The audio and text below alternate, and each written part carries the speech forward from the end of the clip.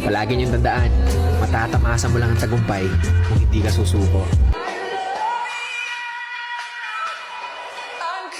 Huwag ka magpapaapekto sa sasabihin ng mga nasa paligid mo kasi kahit anong gawin mo, meron at merong masasabi. Bumaba ka sa buhay, sasabihin nila naging pabaya ka. Umangat ka sa buhay, sasabihin nila naging mayabang ka. Walang lusot, meron at merong masasabi ang mga tao sa atin. Kaya kung ano yung gusto nating gawin, hanggat alam natin hindi masama yun, gawin natin ang gawin. Alam nyo ang mga tao, walang pakialam yan sa proseso kung paano nyo ginawa, kung paano nyo tinrabaho. Mukhang ewan ka talaga para sa mga yan sa umpisa. Ang gusto makita lang ng mga tao palagi, yung finished product. Ano yung narating mo dyan. As long as di mo napapabayaan yung pamilya mo, yung sarili mo, sa kung ano man yung tinatahak mo, banat lang. Abi na sa una manarbaho ta aron makatukod og balay ug matuman ang atong mga pangandoy sa atong ginabuhi. Pero mali day ko.